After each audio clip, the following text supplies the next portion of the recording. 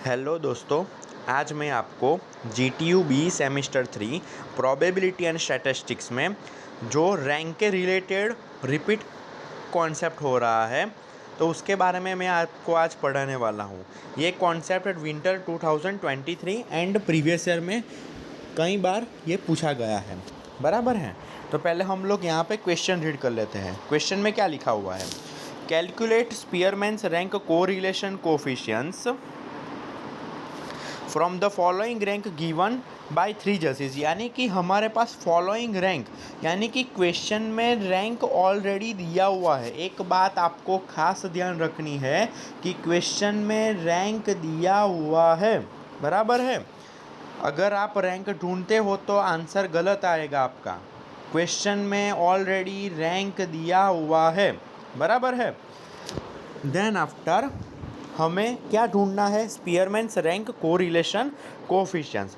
तो पहले हम लोग क्या करेंगे? तो पहले हम लोग एक्स एंड वाई के बारे में बात करेंगे, then after Y and Z के बारे में बात करेंगे, और then after X and Z के बारे में बात करेंगे। यानी कि तीन डिफरेंट पेयर हम लोग बनाएंगे और इसके बीच में हम रैंक कोरिलेशन हम ढूंढेंगे, बराबर है। तो मैंने आगे जो बताया कि रैंक ऑलरेडी दिया हुआ है, तो डायरेक्ट यहाँ पे टेबल में आर एक्स से शुरुआत होती है। देखो यहाँ पे आर एक्स का मीनिंग क्या है? Rank of X, and R Y का मीनिंग क्या है? रैंक ऑफ वाई, बराबर है। तो रैंक ऑलरेडी यहाँ पे दिया हुआ है, बराबर है। देन आफ्टर हम लोग क्या करते हैं? तीसरी कॉलम किसकी बनानी है हमें? तो डिफरेंस किसका ढूंढना है हमें? तो rank of X and rank of Y का हमें डिफरेंस ढूंढना है, बराबर है। Rank of X and rank of Y का डिफरेंस ढूंढना है हमें, देखो, बराबर है। देन आफ्टर हमें क्या करना है? तो देन आफ्टर हमें डी स्क्वायर ढूंढना है। डी स्क्वायर यानी कि जो भी डी आ रहा है उसका स्क्वायर करना है, बराबर है। तो ये ऑलरेडी वैल्यू क्या है? 200। तो समेशन यहाँ पे डी स्क्वायर की वैल्यू दी हुई है। समेशन डी स्क्वायर की वैल्यू यहाँ पे दी हुई है। एक दूसरी बात, यहाँ पे कोई भी रैंक रिपीटेड नहीं हो रहा है, बराबर है। देखो, आप रैंक ऑफ एक्स में देखो या रैंक ऑफ वाई में देखो, कोई भी रैंक रिपीट नहीं हो रहा है। यानी कि ये कॉन्सेप्ट किसकी ओर जा रहा है?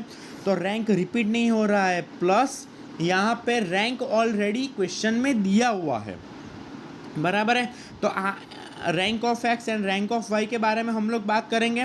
तो यहाँ पे सिंपली मैंने यहाँ पे R1 लिख लिया है, बराबर है। तो R1 की फॉर्मूला क्या है? यानी कि रैंक की फॉर्मूला क्या है? तो रैंक की फॉर्मूला ये है, बराबर है। तो नॉन रिपीटेड रैंक के लिए ये फॉर्मूला याद रखनी है। रिपीटेड के लिए और नॉन रिपीटेड के लिए दोनों की फॉर्मूला डिफरेंट है। नॉन रिपीटेड के लिए मैंने ऑलरेडी ये वीडियो बनाया हुआ है, वो आप प्ले लिस्ट में जाके देख सकते हो। ये है रिपीटेड वैल्यू के लिए, बराबर है। सॉरी, नॉन रिपीटेड वैल्यू के लिए है ये। तो ये फॉर्मूला अवेलेबल है। समेशन डी स्क्वायर हमें कहाँ से मिलेगा? टेबल में से मिलेगा। नंबर ऑफ ऑब्जर्वेशन क्या है? तो हमारे पास नंबर ऑफ ऑब्जर्वेशन 10 है। तो देन आफ्टर ये सारी वैल्यू रखने के बाद हमारे पास R1 इज इक्वल टू क्या वैल्यू आ रही है? तो R1 इज इक्वल टू ये वैल्यू आ रही है। सेम प्रोसेस किसके लिए करनी है? Same process Y and Z के लिए करनी है, बराबर है। तो यहाँ पे rank of Y and rank of Z यहाँ पे ऑलरेडी दिया हुआ है, देखो यहाँ पे, बराबर है। यहाँ पे एक बात और भी ध्यान रखनी है कि यहाँ पे किसी भी रैंक रिपीट नहीं हो रहा है, यानी कि नॉन रिपीटेड रैंक है। अगेन मैं आपको एक बात बताना चाहता हूँ कि रिपीटेड रैंक के लिए कॉन्सेप्ट अलग है, वो ऑलरेडी मैंने प्ले लिस्ट में ये वीडियो अपलोड किया हुआ है, बराबर है। आप प्ले लिस्ट में जाके देख सकते हो। सेम यहाँ पे ये वैल्यू है, ढूंढ ली हमने। D is equal to difference और वाई एंड जेड के बारे में बात किया हुआ है, यानी कि rank of Y minus rank of Z. Then after हमें क्या ढूंढना है? डी स्क्वायर ढूंढना है, बराबर है। तो ये क्या है? Summation D square is equal to, बराबर है। सेम प्रोसेस किसके बारे में बात करनी है अब हमें? बराबर है, R2 की वैल्यू अब हमें पता है, बराबर है। यहाँ पे नॉन रिपीटेड के लिए ये है, बराबर है। समेशन डी स्क्वायर हमें टेबल में से यहाँ पे मिलेगा, बराबर है। तो then after n is equal to number of observation. तो सारी वैल्यू रखने के बाद हमारे पास R2 की वैल्यू क्या आ रही है? ये वैल्यू आ रही है, बराबर है। R2 की वैल्यू क्या आ रही है? -0.297। अब यहाँ पे same concept Z and X के बारे में यहाँ पे करना है, बराबर है। सेम कॉन्सेप्ट यूज़ कहाँ पे करना है, rank correlation of Z and x के बारे में। अब आपको ये आता है, बराबर। तो यहाँ से मैं यहाँ पे डायरेक्ट जाने वाला हूँ। तो ये आपने टेबल ड्रॉ कर दिया। टेबल ड्रॉ करने के बाद ये फॉर्मूला आपने यहाँ पे लिख दी। फॉर्मूला में सारी वैल्यू रखने के बाद ये वैल्यू आ रही है आपके पास। कौन सी वैल्यू आ रही है, तो 0.6364, यानी कि R1, R2 एंड R3 की वैल्यू मिल गई। R1 किसके बारे में बता रहा है, एक्स एंड वाई के बारे में। R2 किसके बारे में बता रहा है, वाई एंड जेड के बारे में। एंड R3 किसके बारे में बता रहा है, जेड एंड एक्स के बारे में यहाँ पे ये बता रहा है, बराबर है। तो हमारे पास ये वैल्यू मिल गई, बराबर है। तो ये फाइनल आंसर यहाँ पे। लेकिन विंटर 2023 में किस टाइप का क्वेश्चन पूछा गया था, हम लोग ये देख लेते हैं। सेम टू सेम डेटा है, लेकिन थोड़ा सा यहाँ पे क्वेश्चन चेंज किया हुआ है। पहले हम लोग यहाँ पे देख लेते हैं कि 10 competitors in a contest are rank by 3 जजेस इन द फॉलोइंग ऑर्डर, यानी कि 1 2 3 जजेस यहाँ पे के डेटा कीवन अवेलेबल है, बराबर है। लेकिन यहाँ पे एक लाइन लिखी हुई है। क्या लाइन लिखी हुई है, use the correlation of coefficients to determine which pair